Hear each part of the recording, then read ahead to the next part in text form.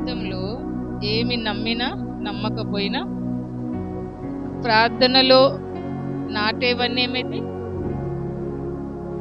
పెళ్ళగించుట అసాధ్యం. ప్రార్థనలో పోరాడునది పొందకపోవుట అసాధ్యం. మనం ఇది గుర్తుపెట్టుకోవాలి. ప్రార్థన చేసినప్పుడు అంతా మనం ఏమని నమ్మాలి? ప్రార్థనలో శక్తి ఉంది.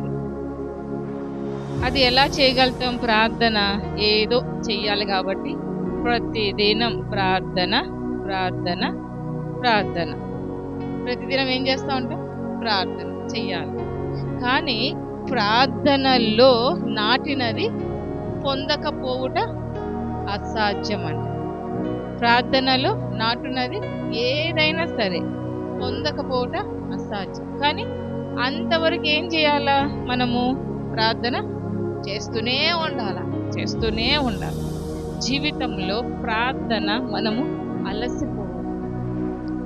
ఎప్పుడు గుర్తుపెట్టుకో, ప్రార్థన వలన కలిగేవన్నీ లాభమే తప్ప నష్టము కలిగించదు. కానీ విజయము పొందేంత వరకు ఏం చేయాలా? ప్రార్థనలు మనము నిలిచి ఉండాలి. ప్రార్థన ఎలా నిలిచి ఉండాలంటే ఇక్కడ చూద్దాం. యోహాను రాసిన పత్రిక 15:2. యోహాను రాసిన పత్రిక 15:2.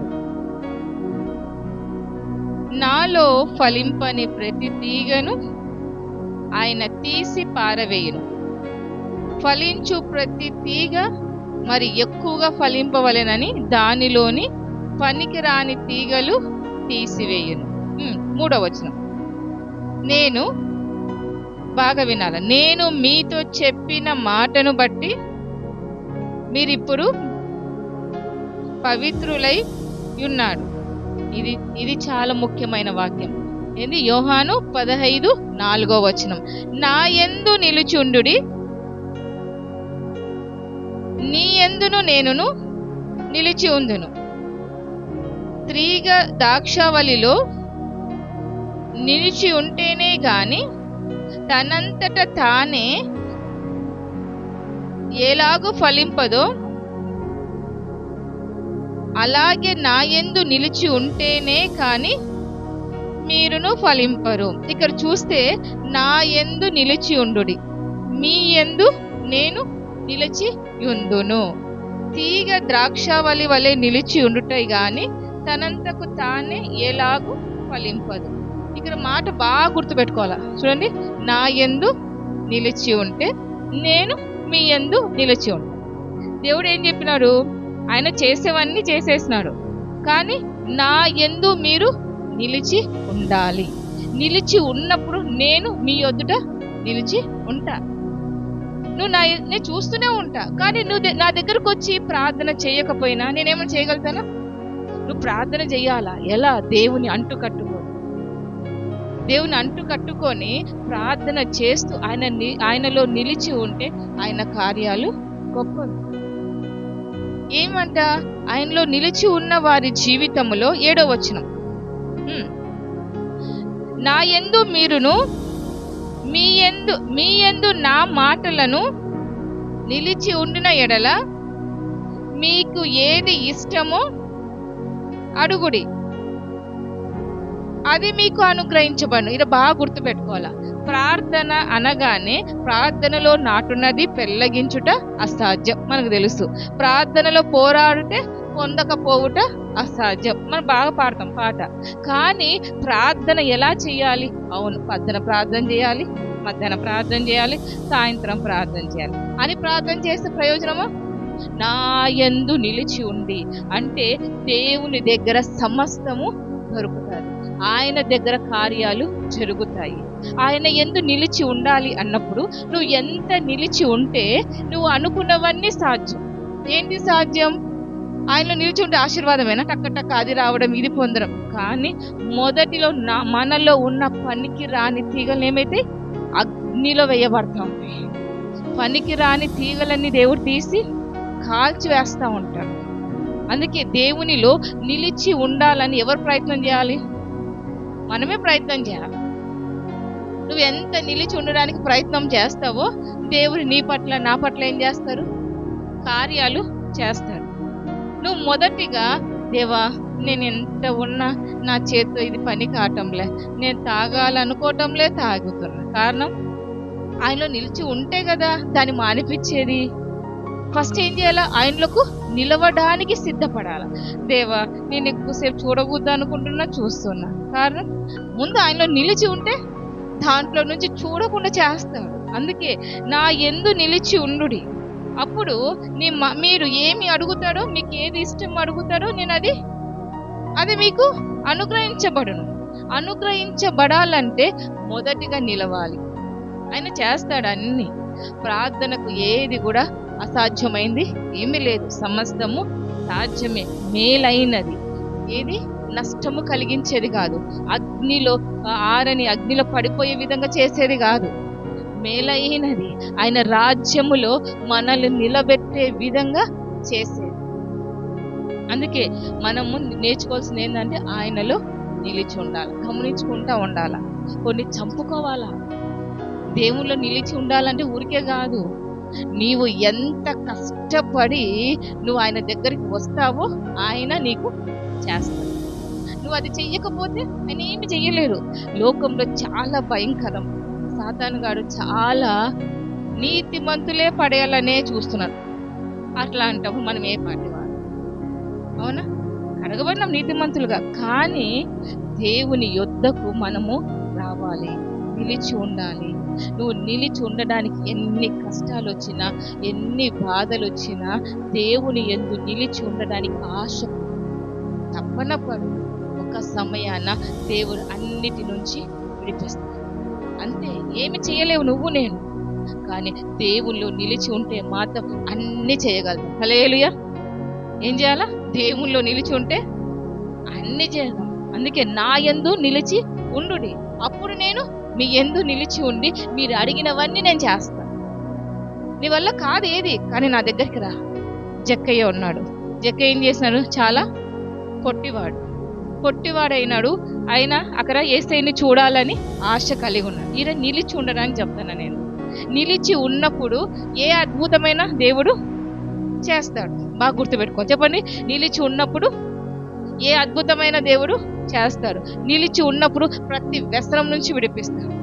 నా వల్ల కావటంలో, నా వల్ల నువ్వు ప్రయాసపడి దేవుని దగ్గరికి రావడానికి అడుగు వేస్తా ఉండు. అంతే.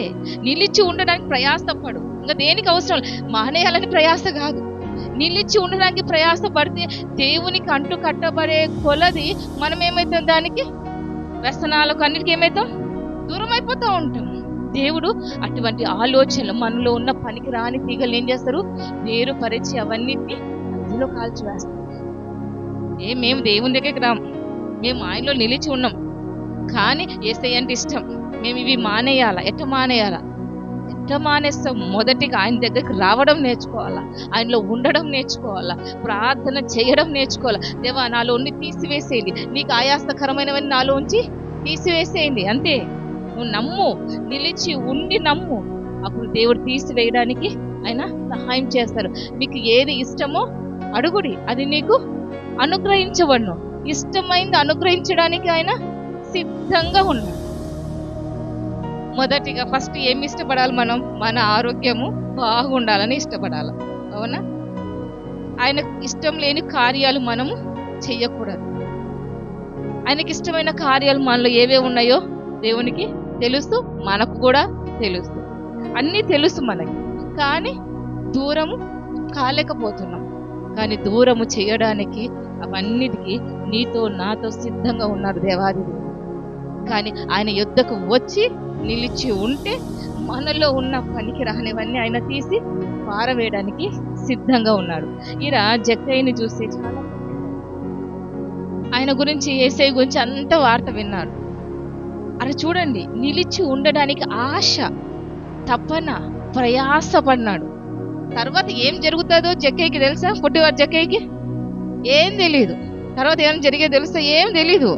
కానీ ఒకటే తెలుసు, యేసయ్య నేను చూడాలి. ఈ త్రోవలో వస్తానంట యేసయ్య, నేను చూడాలి. ఆశ కలిగి ఉన్నాడు.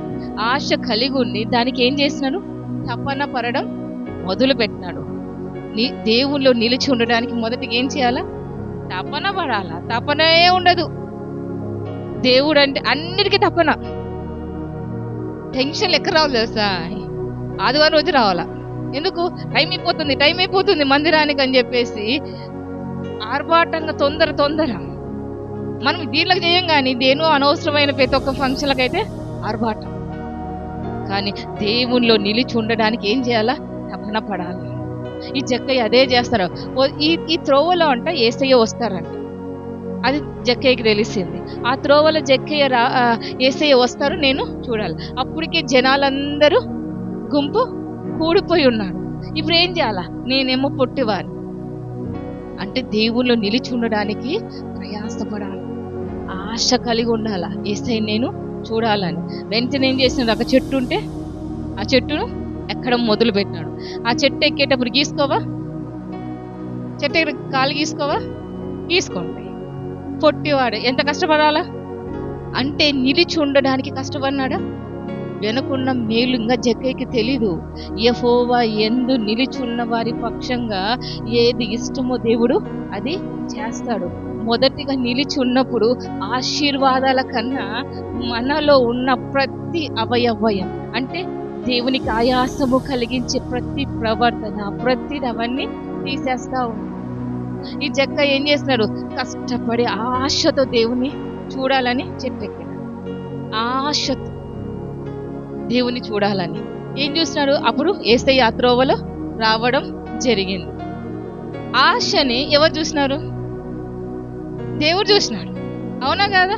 ఆశని ఎవరు చూసినాడు? హల్లెలూయా, దేవుడు చూసినాడు. యేసయ్యకి తెలుసా ఆయన ఎంత కష్టపడి చెట్టు ఎక్కింది. కానీ దేవుని చూడాలి. దేవునిలో ఎవరు యేసయ్య అంటే ఆయనలో నేను నిలిచి ఉండాలా. ఆయన నిజ దేవుడు అంట. మనకు తెలిసి కూడా నిలిచి ఉండడానికి ఇష్టపడలేం. అనేకమైనవన్నీ పనులు తెచ్చేసుకుంటా ఉంటాం. కానీ దేవునిలో నిలిచి ఉండడానికి మాత్రం గట్టి తీర్మానంతో మనము ఉండాలా. ఈ జక్కయ్య దగ్గరికి యేసయ్య వచ్చేసినాడు. చదువుతారు ఒకసారి. లూకా సువార్త 19:3. లూకా సువార్త 19:3. ఆయనలో నిలిచి ఉండాలి, ఆయనని చూడాలి, ఆయన ఎవరో కనుక్కోవాలి. ఆయనలో నిలిచి ఉంటే కార్యాలు జరుగుతాయి అంట అని జక్కయ్య తెలుసుకొని ఆ ఆశతో ఎక్కి ప్రయాసపడి ఆయనని చూడాలని ఇష్టపడినాడు. యేసు ఎవరో అని చూడగోరెనను గాని పొట్టివాడైనందున జనులు గుంపు కూడి ఉండుట వలన ఏమైనా చూడలేకపోయాను. కానీ ఆశను వదిలేసినాడా? వదల్లా. యేసయ్య ఎవరో చూడాలా, యేసయ్యలో నేను నిలిచి ఉండాలా, ఆయన గొప్పవాడంట. అప్పుడు యేసు ఆ త్రోవను రానేయుండెను గనుక అతడు ముందుగా పరుగెత్తి ఆయనను చూచుటకు ఒక మేడి చెట్టు ఎక్కాను. యేసు ఆ చోటికి వచ్చినప్పుడు కన్నులెత్తి చూచి, జక్కయ్య త్వరగా దిగుము, నేడు నేను నీ ఇంట నుండవలసి ఉన్నది అతనితో చెప్పగా అతడు త్వరగా దిగి సంతోషముగా ఆమేన్ ఆయనను చేరుకొనెను. ఎలా చేరుకున్నారు? సంతోషంగా. ఇక్కడ బాగా వినాలి మనం. ఆయన దేవుళ్ళో నిలిచి ఉండాలి, ఆయన చూడాలని ఆశ కలిగి ఉన్నారు. ఆశ కలిగిన వారికి ముందు చూడడానికి మార్గము లేదు. గుంపు ఉన్నారు జనాలు. ఆశతో మేడి చెట్టు ఎక్కినారు తెలుసు. మేడి చెట్టు ఎక్కినప్పుడు యేసయ్యకు పైన చూడాల్సిన అవసరం ఏముంది? అవునా? చుట్టూ జనాలు గుంపు ఉన్నారా? కానీ నిలిచి ఉండాలని ఆశ కలిగి ఉంటే చాలు, ఆయన నీ దగ్గరికి వచ్చేస్తాడు. నిలిచి ఉండాలని ఒక్క అడుగు నువ్వు ప్రయాసపడి అడుగు వేస్తే చాలు దేవునిలోకి, ఆయన ఏం చేస్తారు? నీ దగ్గరికి ఆయనే వచ్చేస్తారు. వచ్చి ఏమంటున్నారు? జక్కయ్య త్వరగా దిగుము, నువ్వు కిందికి వచ్చి త్వరగా దిగు. ఏమైంది? నేడు నేను నీ ఇంట నుండవలసి ఉన్నది అతనితో చెప్పగా ఏమైంది? అతని ఇంటికి వస్తారంట యేసయ్య. ఇంకా చూసుకోండి ఆయన ఎంత ప్రేమ కలిగిన వాడు. జక్కయ్య గురించి దేవునికి తెలీదా? అని తెలుసు, కానీ చుట్టూరు గుంపు కూడా ఉన్నారు. కానీ అంతకన్నా ఆశతో ప్రయాసపడి నేను యేసయ్యని చూడాలి, యేసయ్య వల్ల కార్యాలు జరుగుతాయి అంట, నేను ఆయనలో ఉండాలి.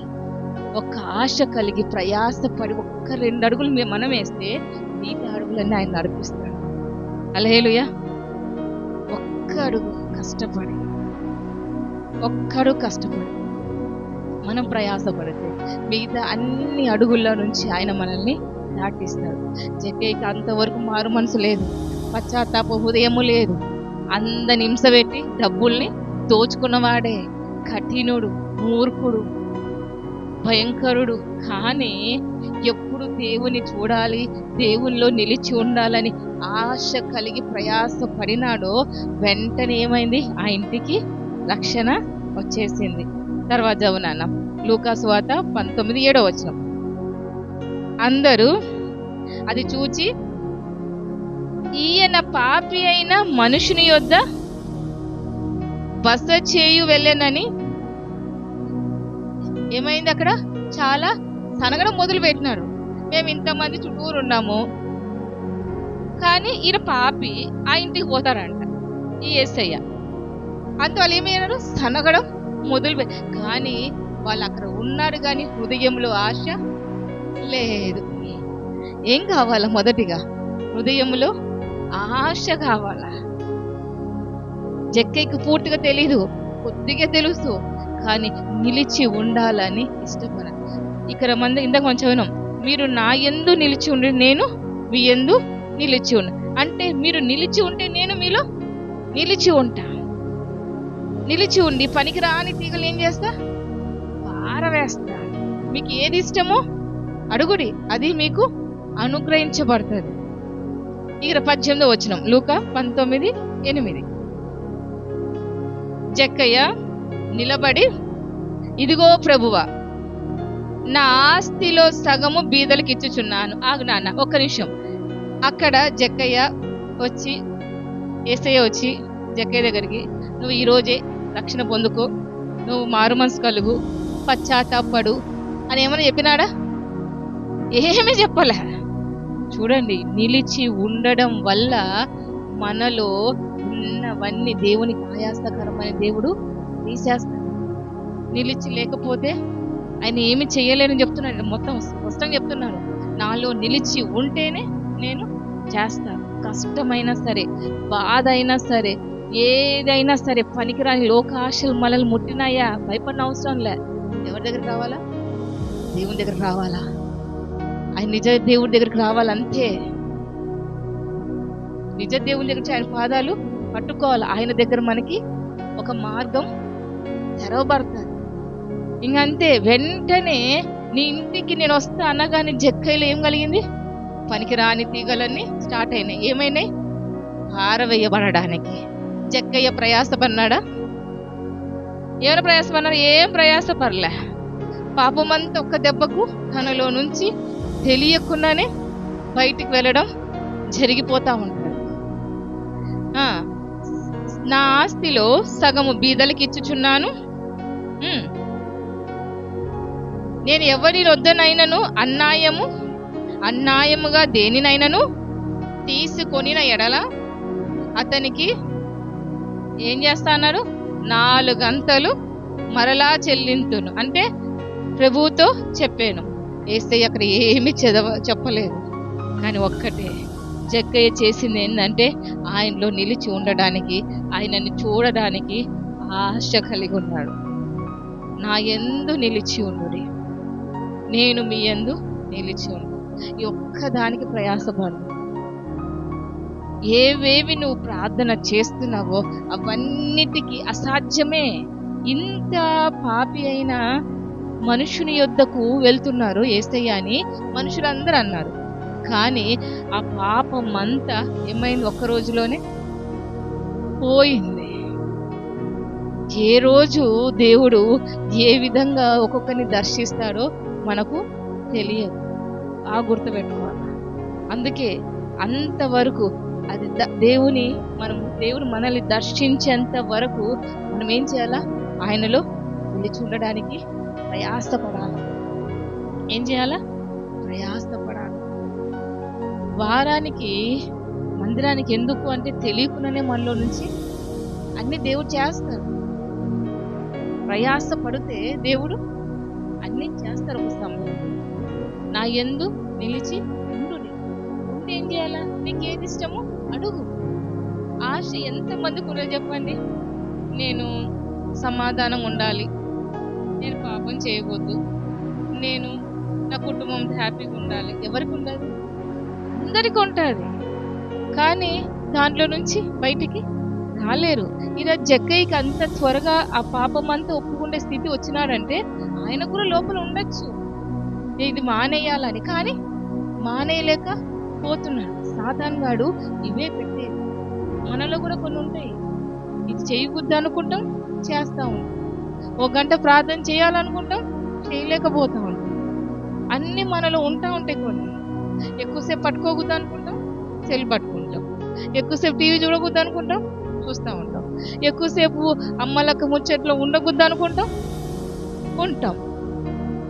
కానీ దేవునిలో నిలిచి ఉన్నప్పుడు మనం ఏమవుతుంది? బయటపడతా ఉంటాం. 10 మందిలో ఉన్న నోటిని కాపాడుకుంటా ఉంటాం. ఏమవుతుంది? ఇదొక్క మాట చదువుదాం. హల్లెలూయా. హెబ్రీయులకు రాసిన పత్రిక 3:6. అయితే క్రీస్తు కుమారుడై ఉండి ఆయన ఇంటి మీద నమ్మకంగా ఉన్నాడు.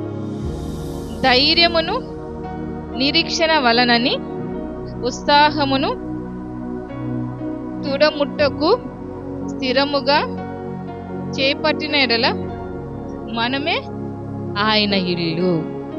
ఆయనలో నిలిచి ఉన్నాక మనం ఉదయం అంతా ఏమైపోతుందంట? మన శరీరం అంతా ఏమైపోతుంది? ఆయన ఇల్లుగా అయిపోతుంది. ఆయన ఇంట్లో పనికిరాని ఉంటాయా? ఆయనకు ఆయాసం తెప్పించే ఉంటాయా? ఉండవు.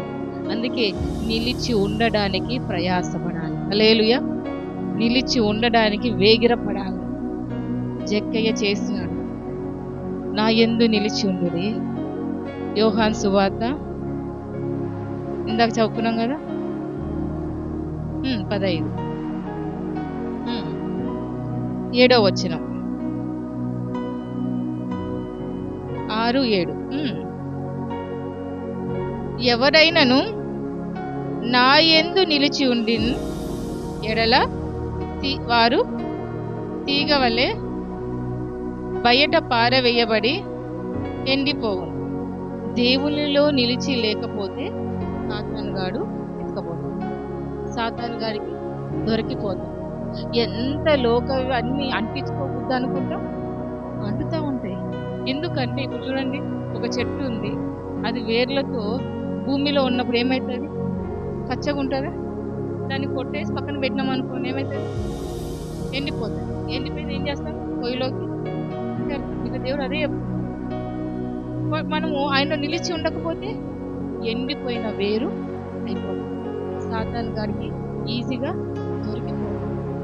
ఈ భూమి మీద దేవుడు కోరేది ఏమీ లేదు, ఆయనలో నిలిచి ఉండడమే దేవుడు. ఆయనలో నిలిచి ఉండడానికి ప్రయాసం.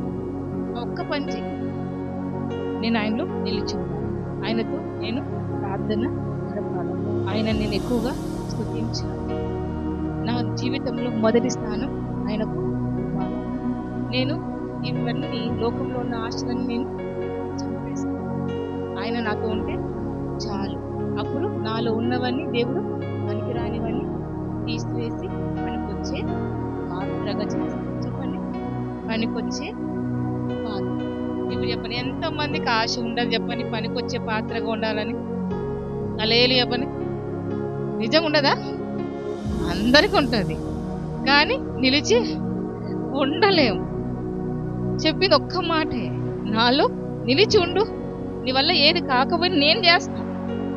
జక్కయ్యకి ఏమి తెలియలే, కానీ దేవుడు జక్కయ్య పట్ల అద్భుత రీతిగా ఏంది మోసం చేసి వాళ్ళ దగ్గర తీసుకున్న వాళ్ళకి ఏమిస్తారంట? 4 గంటలు. ఎంత మంచి మనసు వచ్చింది! జక్కయ్యకి ఆ మనసు ఉన్నిందా ముందు? లేదు. మంచి మనస్సు కలగాలన్నా ఎవరి దగ్గర నుంచి వస్తుంది? ఏసే. మనమే అనుకోవాలి ఒక్కోసారి.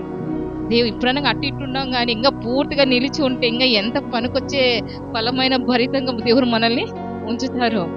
దేవులో నిలిచి ఉండాలి. మునుపటికి ఇప్పటికి మన జీవితం చూస్తే ఎంత తేడా లేదు, చాలా తేడా. ఇంకా ఇప్పటి నుంచి ఇంకా ప్రయాసపడదాం. దేనికి? ఆయనలో నిలిచి ఉండడానికి. నేను మాత్రం ఖచ్చితంగా మొదటిగా దేవుని వాక్యాన్ని చదవాలి, ప్రార్థన చేయాలి. నేను ఖచ్చితంగా దేవుని మందిరానికి వెళ్ళిపోవాలి. నేను దేవునితో వెళ్ళాలంటే ఏదో ఒక సమయంలో నాకు దేవుడు విడుదల ఇస్తాడు అంతే. ఏ నిరీక్షణ ఏరేదొద్దు. ఏంటమ్మా ఏంటి ఎవరేమైనా అన్ని ఇది అందరూ అన్నారా లేదా? పాపి ఇంటికి యేసయ్య వెళ్తున్నాడు అన్నారా లేదా? అన్నని.